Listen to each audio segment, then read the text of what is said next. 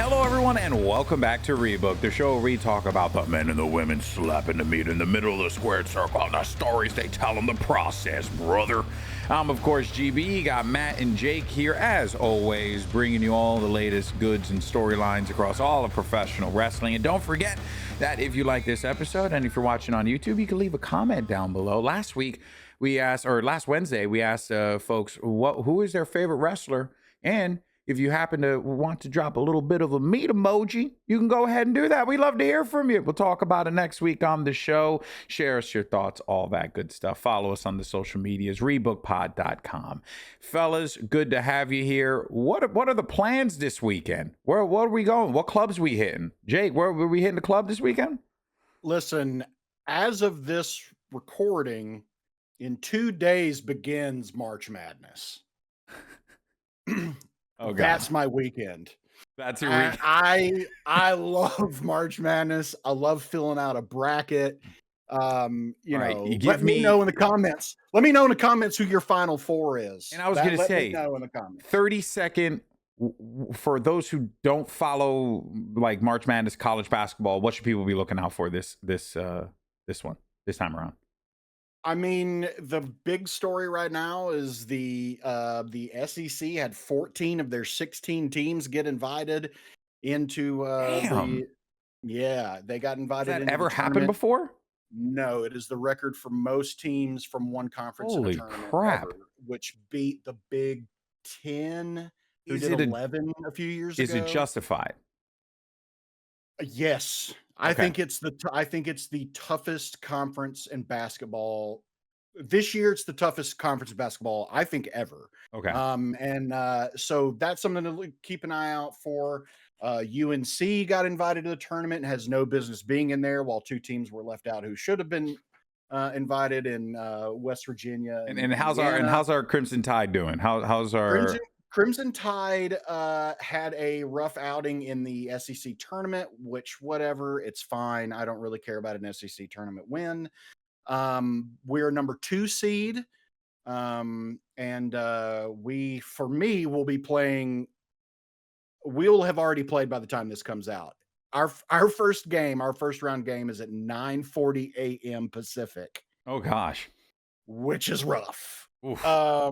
So yeah, it's gonna be bacon and basketball for me this morning. Love it.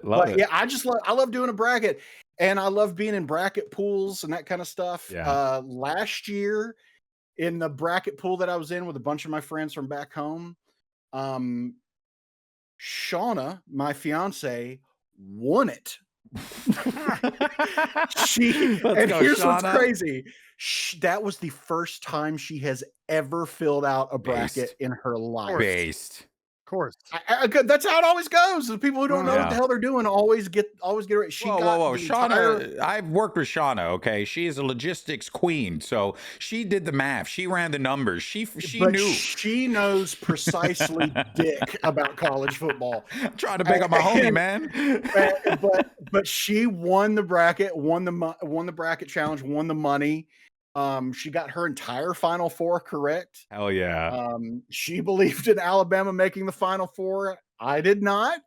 And so she got it right. That's amazing.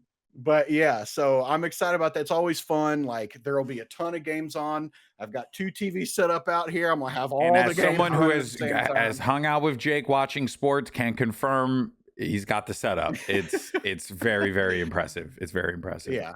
Matt, what about for you? What do you got going on this weekend? I'm wrestling this weekend, actually. Oh, snap. Where at? Up in a little town in Minnesota. It's an independent promotion. I'll be reuniting with Simon Gotch and the Vaudevillains for a little tag team action at a promotion called SEW out of like southern Minnesota. Okay. So nice.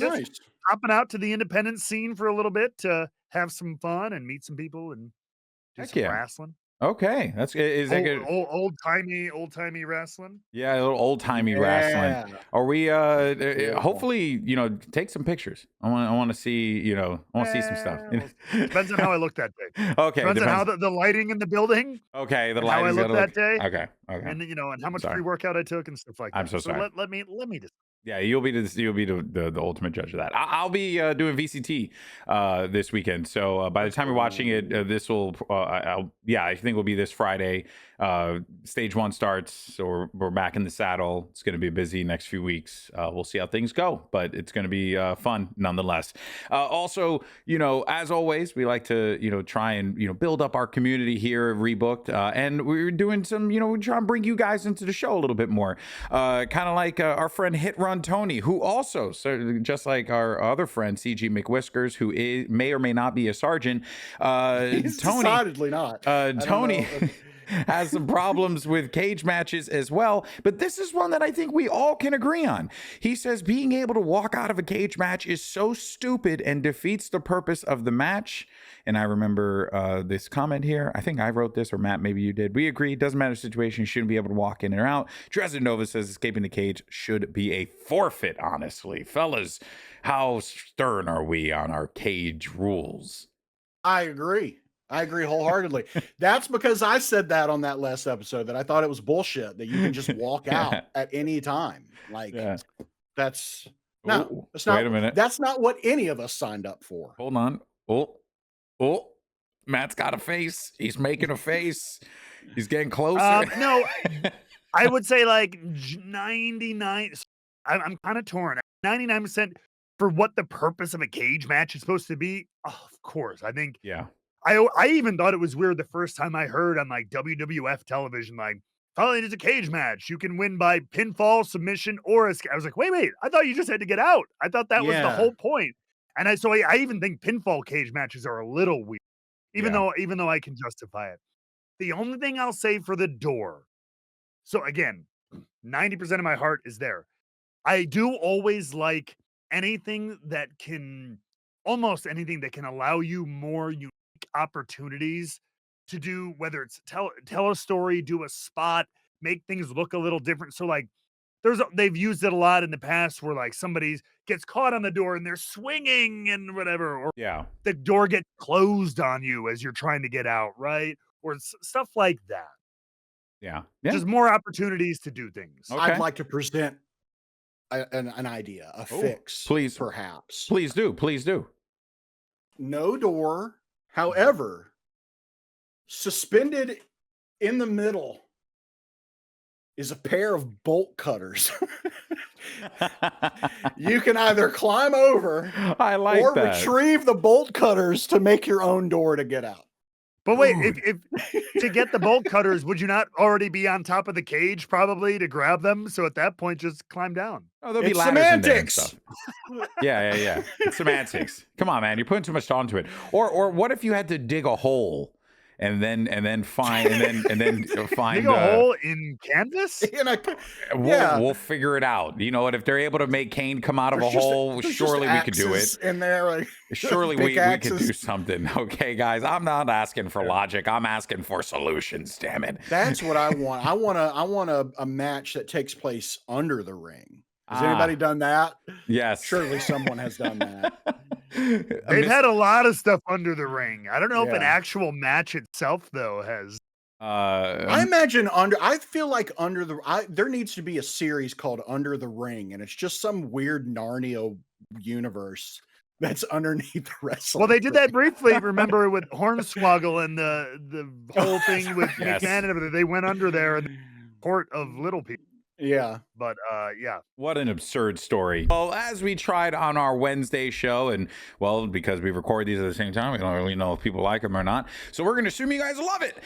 And it is, of course, narrative notes. And for this time, because we have two different shows this week, we're trying it out. We may actually unify this week, but it's a new thing we're doing where we're just going to run through some of the top line moments that are happening across all the shows, give our thoughts, so on and so forth. And one of the graphics is kind of screwed up here. But anyway, that's life, and we have to accept it and move on.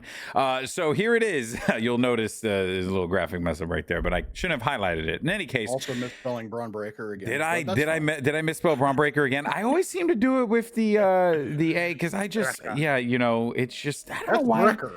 I also don't know why they spelled it that way with the two Ks. It's very, Problematic. But in any case, though, moving forward, we had a masked luchador, totally not Chad Gable, attacks Rey Mysterio and Dragon Lee. Who could it be? Again, totally not Chad Gable. He's not running around with an American-made mask. He doesn't do the exact same moveset. I do want to say real fast, though, I like this.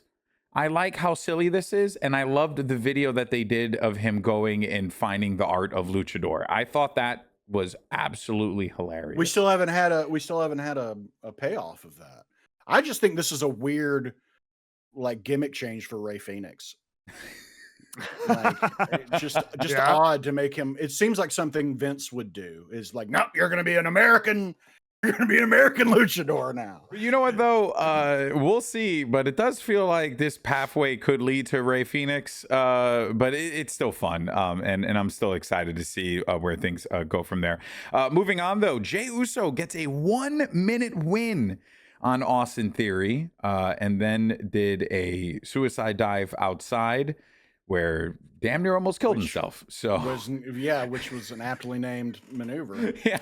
In that moment, In that moment, that was a suicide dive, for sure. But still, though, it was cool to see. Reminiscent of AJ Francis. Oh my gosh, yes. But yeah, we won't touch There's a lot to discuss on that one. But moving forward, Seth Rollins will be confronting Roman Reigns and CM Punk on SmackDown tonight when people tune in for this one. That's going to be the big thing. Hey, just a little follow-up I think we should mention about the Jey Uso story is he is set to have a tag match against A-Town Down Under with a mystery opponent in Glasgow, Scotland. Ooh. Who do you think it's going to be? Who would... I mean, I think I know who it could be. Matthew, do you have what you look like you have something you'd like to say? Piper Niven. I was obviously not Drew. Who's the other Scottish? I mean, sorry, I'm drawing a blank. My bad. Just say his name. He'll appear. Oh, Jesus. I don't know. In Joe Hendry. Honestly, yeah, it could be. Well, wait. Maybe. When is that? Next Monday? That's next Monday. The only thing is, well, I mean, here comes Matt to rain on the logistical parade. we have tapings that week for TNA. Oof. But I mean, there is enough time to come back. Well, if it doesn't happen, you can all blame Matt. That's really the big takeaway here is that if it doesn't happen and Joe Hendry doesn't come out, it's Matt's fault. But you should also subscribe to TNA Plus. Let's continue with the notes here because we got a lot to get through. Now, here's the thing. This whole episode of Monday Night Raw, I loved it because I've always been Intercontinental Championship pilled. I'm a big fan of that belt and the lineage and the history. A lot of focus on it. Yeah, a lot of focus on it this week. Penta is made it clear he's setting his sights on the Intercontinental Championship. Braun Breaker defeated Finn Balor to retain his Intercontinental Championship. But, you know, the Brussels crowd freaking delivered. What an atmosphere. Dude, what an environment that was. And it honestly made that Intercontinental title match feel so freaking big. And the crowd was so into it. What did you guys make of that SmackDown, Jake? What was your takeaway? I mean, it just confirms what I've always thought, that American crowds suck for the most part. For real, bro. For real, though. Someone let's be honest. And I think a lot of it is because sure, but I think a lot of it's because it's so common over here. We get these shows all the time. And I think that's as much of it as anything. But like, damn, what a ruckus. Yeah, that was awesome. Yeah, there are two things. One, it is so regular for us over here. Like especially TV. Like there's a couple European tours a year and everything for WWE, but like TV, they never get TV in Brussels, Belgium. Like what the hell? Yep. It's just not common. Spain, Italy next week. It's very cool. This European tour was genius. Genius from WWE. Got to be brutal travel wise. Oh yeah. Also, speaking of Italy, can we talk about the Cody shirt made specific for Italy? Oh, I or haven't seen specific it. Eddie on it. for Bologna or Oh, Bologna, as it may be. It says Bologna Nightmare on it. Yeah, I saw that one, and that looks so good because it's also funny. I got to get a shirt that says Bologna Nightmare on it. That's incredible. What cracks me up too about it is that like it does definitely feel like they found something though with this, regardless of the fact that like it I mean, we'll talk about with the John Cena stuff, but the whole like making the shirts for the different regions, just smart. They started doing it with the cities, but it resonates a lot with the countries, you know, and that is a really, really smart play. I remember when we did the Overwatch World Cup and we had very specific, like, you know, things that were, you know, for like the country specific stops. And those things sold out like hotcakes every single time because people want that stuff. They want stuff that they could celebrate, have fun with, and get to enjoy. So yeah, it was super cool.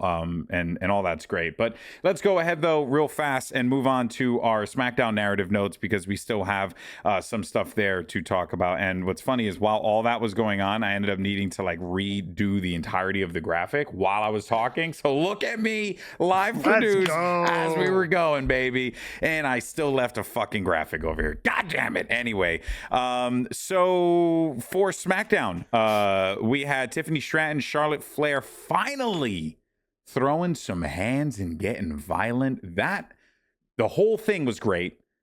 I like that they're now starting to get some friction out there, and it just goes to show animosity is just a perfect thing to build a story for a WrestleMania matchup.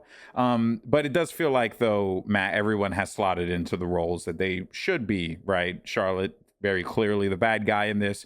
Tiffany, white meat babyface, looking to make the run. Yeah. Right. But it does feel like, I mean, what do you think? I just know that it's pretty cut and dry. Yeah. Like it's people are behind Tiffany, which is great.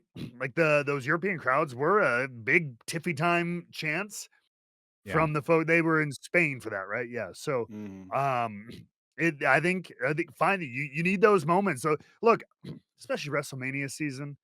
I love me a good pull apart. You know what I mean? This is very like 101.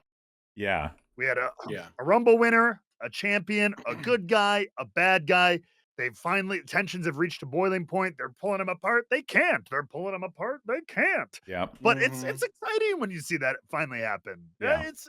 It's it's not overly complicated, but it's just some good old wrestling. Yeah. Yep. Yeah. You and need a it. swanton off the entrance.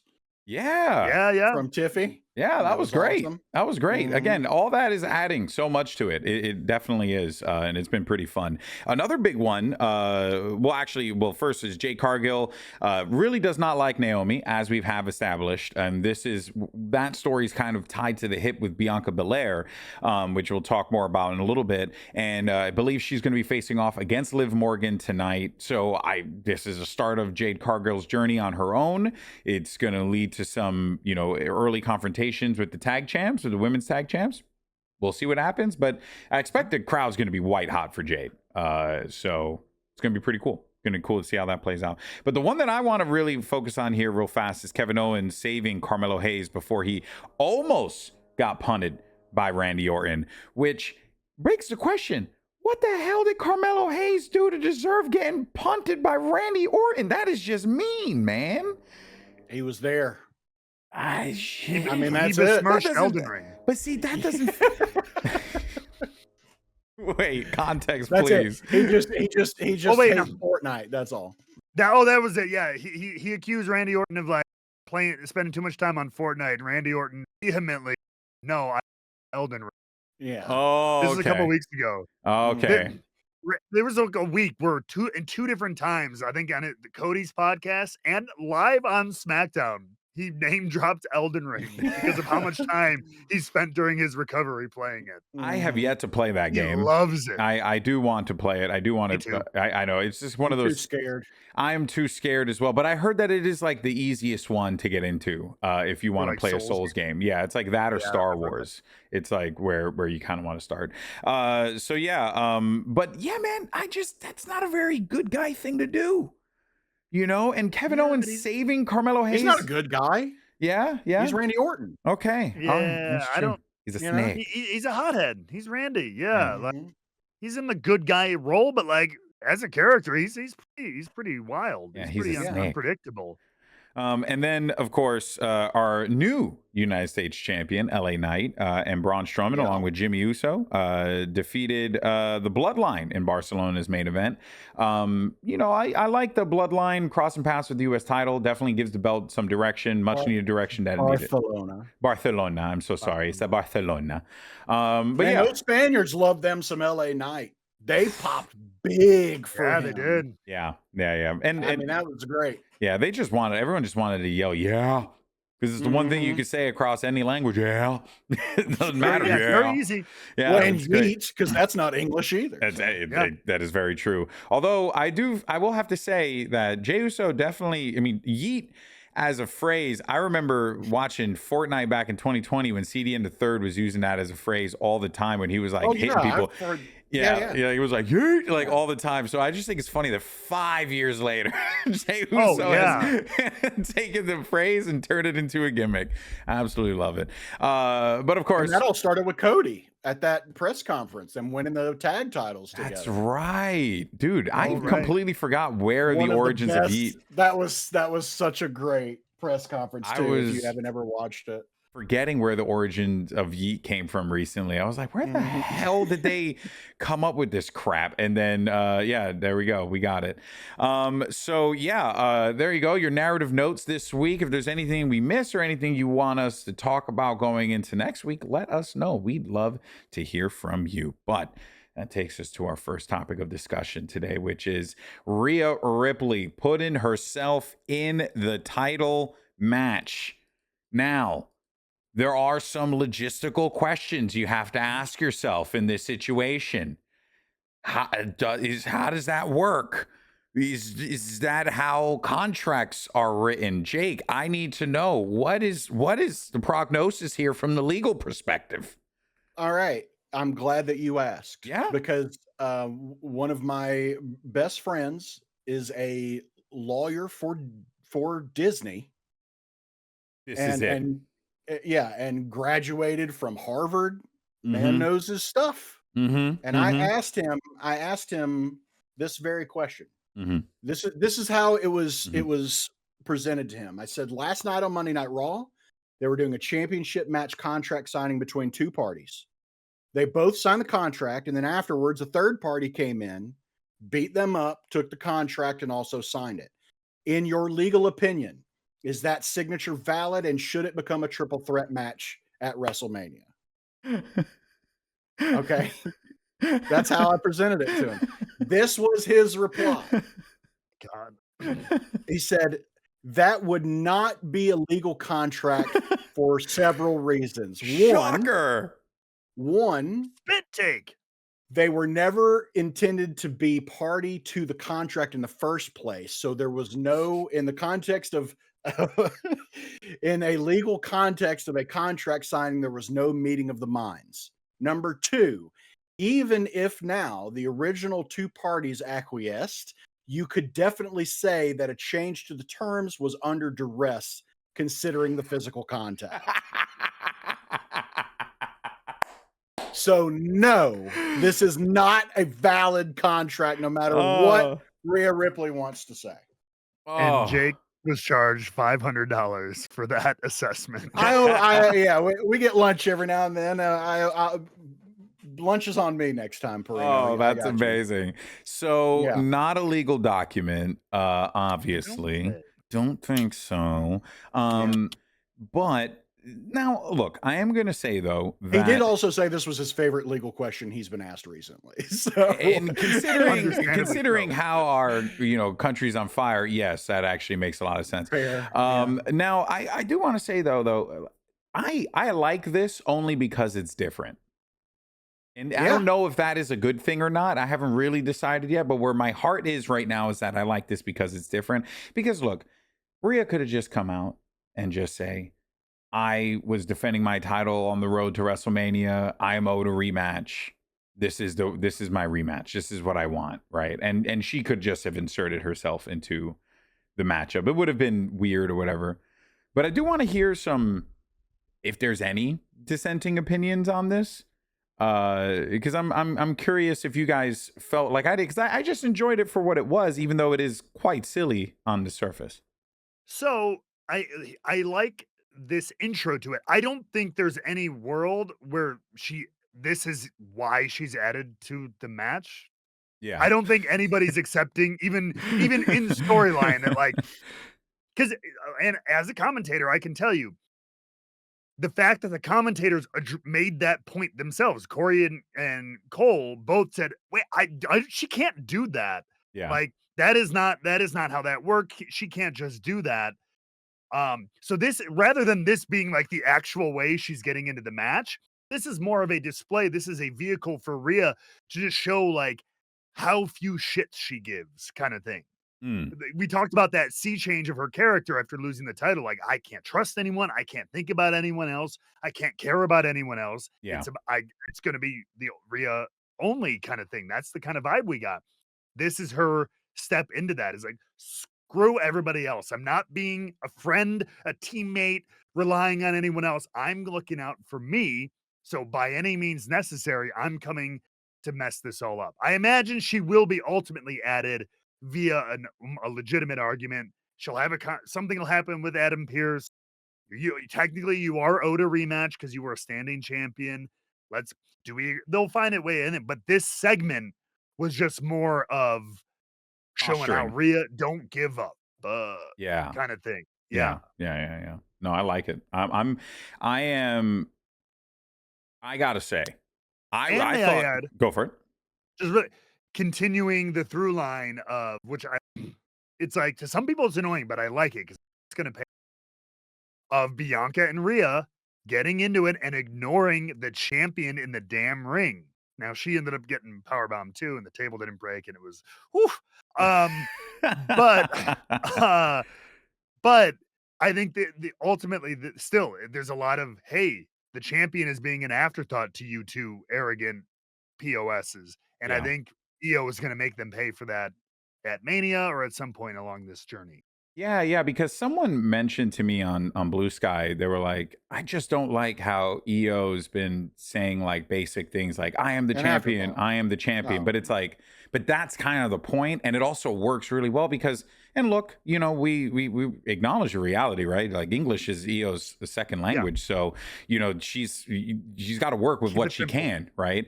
And I think this is perfect. I think this is brilliant because yes, it would make sense that Rhea Ripley and Bianca Belair would overlook fucking Io Shirai, right? Now Io Sky, like a legend, an actual, like one of the held in highest regarded professional wrestlers in the industry.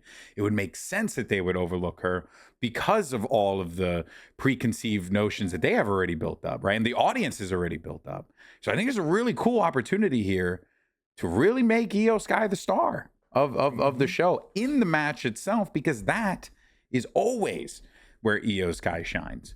It's when she's in the middle of that ring doing her thing. It's awesome.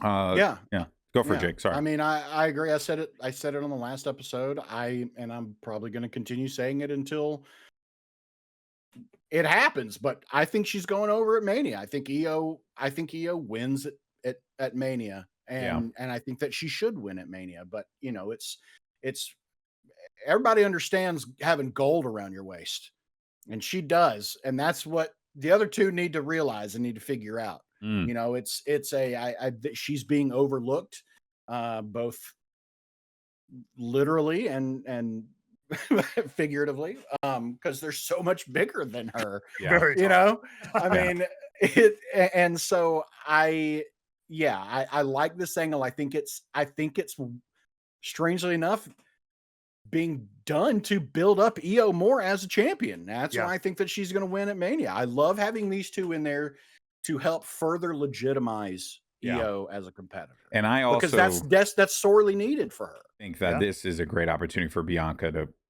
be the bad guy in the story. Because she could play, you could see. I mean, she did it in NXT early on. You know, like she started off as a bad guy. Came from. Yeah, it was because she was a bad guy. So you know, I really want to see it happen. It's going to be sick. This is this story built up so quickly and so well that I am over the moon with it. I'm pumped. I'm pumped to watch this one. This is gonna be great. Yeah. All right. Well, another thing also happened on Monday Night Raw. It's a Monday Night Raw heavy episode because everything kind of was leading to this moment here, which of course John Cena blaming the world for everything that has happened in the last 25 years. Everything that he's done, all this stuff. But one of the biggest things that I think was by far the best part about all of this, John Cena didn't come out to new music. He didn't come out to new gimmick. He didn't come out to a new look because John Cena lives hustle, loyalty, and respect. He believes in that, and he is not going to change for anyone. So, fellas, what did we think? I'll give my thoughts, but what did you guys think of this? More importantly, Jake. So I think having time away from seeing the promo has changed my perspective on it. Ooh, do tell. Okay. So as it was happening and as I was listening to it, I'm like, my initial feelings were, this seems kind of cookie cutter. True. This seems kind of like a basic bitch promo a little bit. Mm-hmm. They tried doing this same thing with Becky when they had her turn heel initially, Yeah. and nobody bought it. And so, but yeah, hearing it's your fault. The fans are the reason that I'm turning heel, and blaming the audience, blaming the crowd. You never really cared about me, blah blah blah. And I just was like, man, this is the most this is like turning heel 101 and not a good way, is what I initially thought. Okay. But as I have thought more about it, if anyone deserves to say that promo, It would be him. And it makes sense, it's John Cena. It would be him. It's it's all tied in. He's right. That's the thing, is he's right. Best heels usually are. It always right, and it always rings false when you hear people cut that heel promo that John Cena cut. Yeah. It always rings false. But it's 100% accurate with John Cena. Yeah. That's and the more I started thinking about it from that perspective, I was like, well, shit. That's a great promo. It's a great promo. How many times can you cut what is kind of a cliched promo and it be meaningful? Exactly. Yeah. It was one that just kind of made me keep thinking on it, and I dismissed it at first, and I almost think that that's kind of the point. I think Cena wanted to cut this promo for people to just be like, and not even think about it and just look at it on a surface level. Mm-hmm. Mm-hmm. And when you start to analyze it more and really listen to the things that he had to say and think about it in parallel to his career, he's 100% right. That moment where he was like, you know what I did? He's like, I changed everything for you people. And then what I started doing, I won and I won and I won and I won and I won, and it wasn't enough. So then what did I do? I literally gave myself to you people. Yeah. I did the most make-a-wishes of any human in the history of this planet. And none of you gave a shit. Yeah. None of you cared. Even mentioning the joke. Enough. Him mentioning the joke, yes. I thought was really good. The invisible joke. I did too. Yeah. I thought it was a very meta promo, and honestly, it kind of felt like a lot of shit he just wanted to get off his chest. And that's the other thing too, is it felt like this is stuff that John has probably legitimately thought about over the course of his career, of what do I have to do for you people? And then he went on to do exactly what his character now is doing, which is fuck it. I'm going to be my own man and I'm going to do my own thing. And whether you like it or not is not my problem. Yeah. It's yours. And so that's why as I thought about it more and more, I really liked the promo. Yeah. Okay. All right, I Jake. really liked sorry, Matt. What about for you? I I thought it was brilliant. John is one of the best for a reason, and he proved why. Like, I mean, that whole thing, he summed it up at the end, but go back and listen to that as a breakup speech. It is. Mm, I tried to do everything I could for you, yeah. and you're It's not giving me me. anything. It's Yeah. you. Yeah, Yeah. you haven't given me anything. I've tried for years and years. It hasn't worked. I have to look out for myself. I'm dumping you. And so like he modeled the whole thing off a breakup speech, and, Yeah. and it was, and like his timing, his mastery of like when to wait and when to listen to those reactions and when to jump on them, when to yell, when to bring it back down to earth. He's so good at that stuff. And it was awesome. It was very, very good. It was real. It made sense.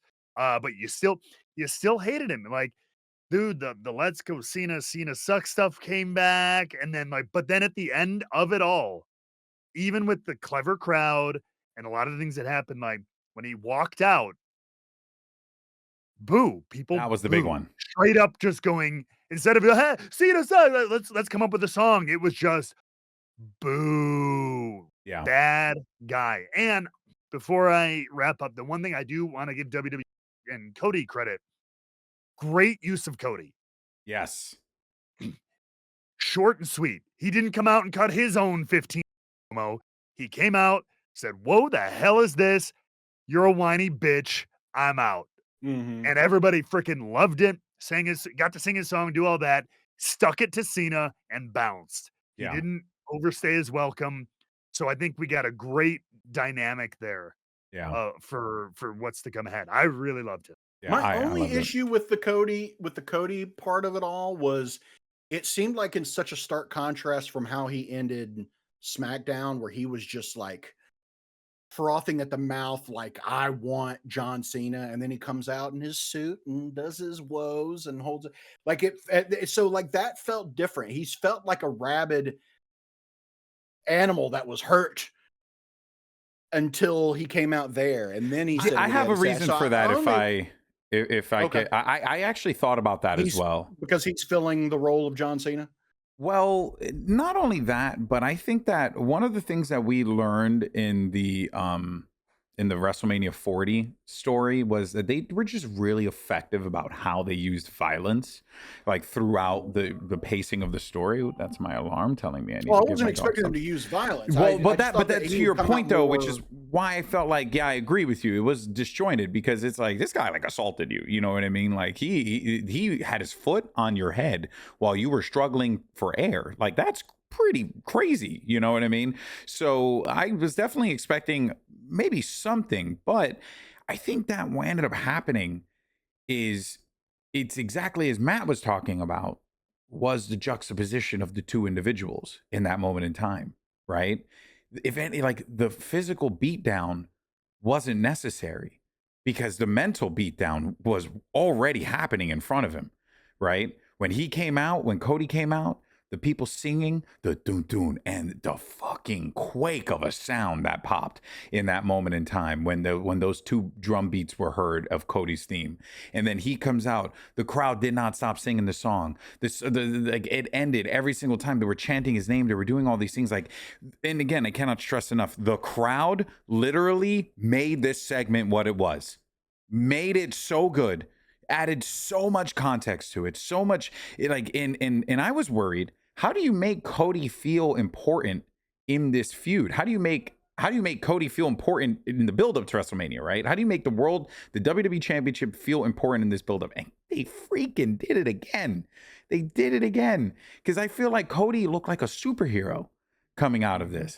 And now you have a John Cena that's wounded, angry. And what does a wounded, angry person do? I think they're going to do some pretty messed up stuff.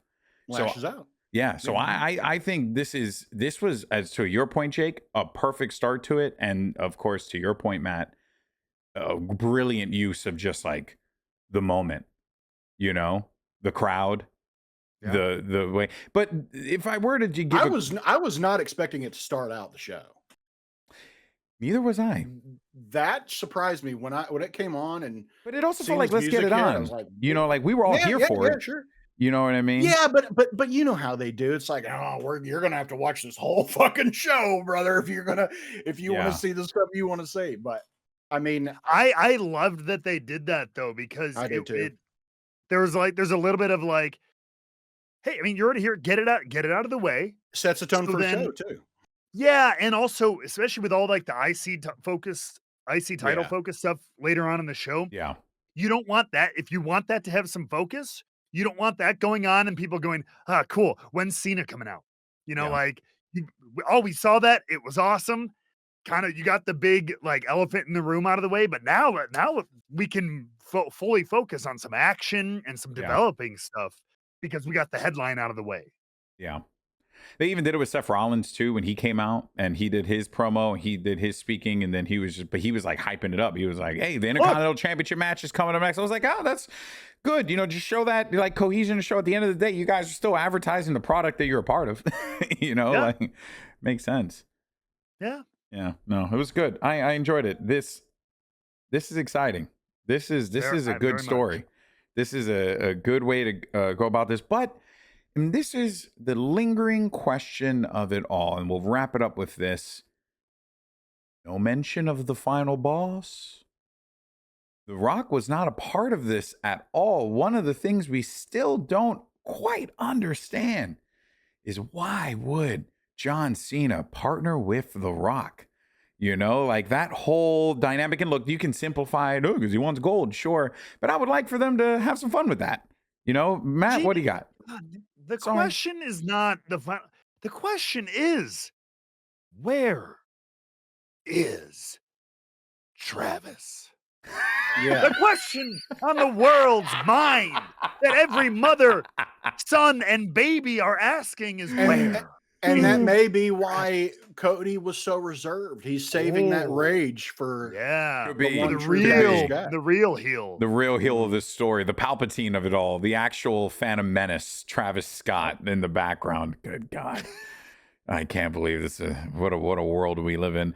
Well, folks, look, a lot's happening. We want to hear from you guys. And what do we have going on? SmackDown is where this week? Because they're still continuing their European tour. But Italy, right?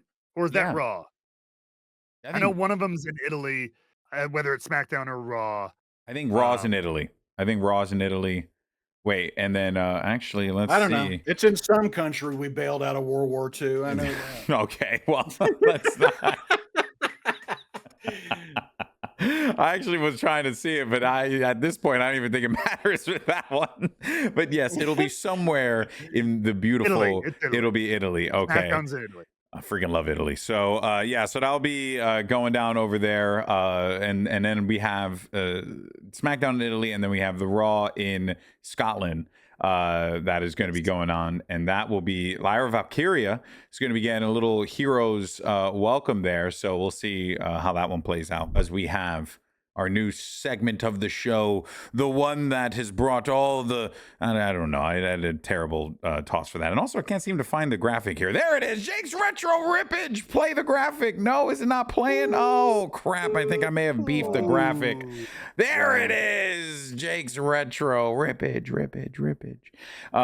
This is where Jake pulls up a couple of WCW card packs that he got from an old dusty box in the middle of a cellar in the south of France.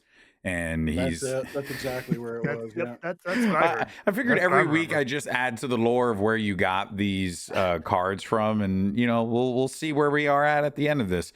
Jake, what is the number that won this week? So this week I decided not to do another poll, but I decided to do a poll within my own home.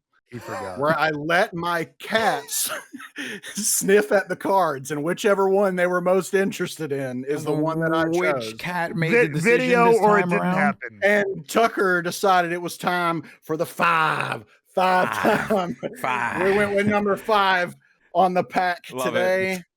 So I hope here we get an El go. Gigante. I just want El Gigante.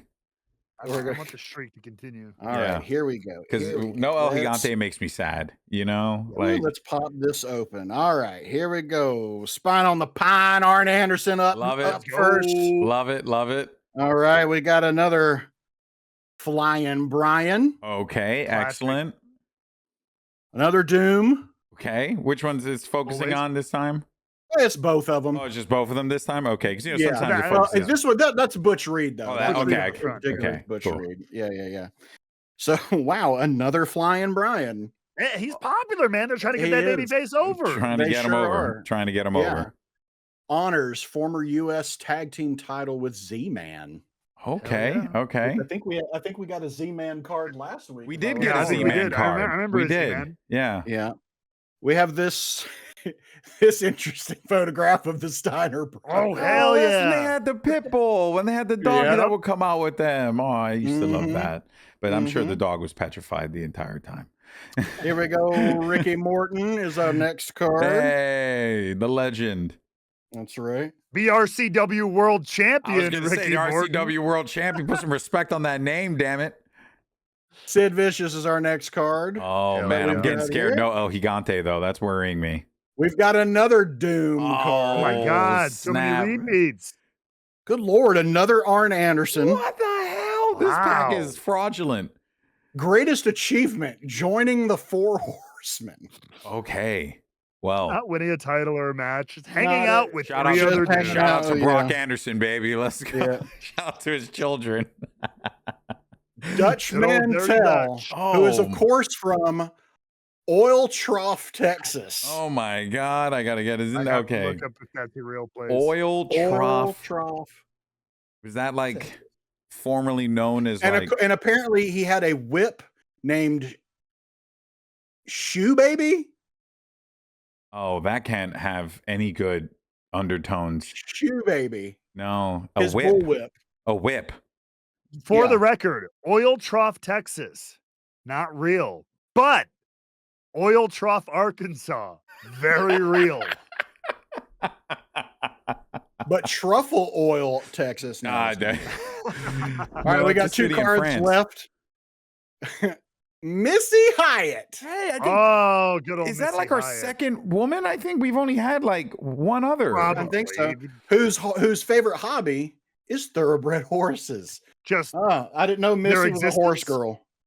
I guess. I Okay. don't know. We And don't get to choose our finally- hobbies? And finally, this is our last card Please tell me it's El of the Gigante. pack. Here we go. With a 21 shoe size. It's El Gigante! Yes, let's go. El Gigante coming in clutch at the keeping end. it alive. Oh, man, I was so worried. I was Oh. genuinely concerned that we were going to get more El Gigante.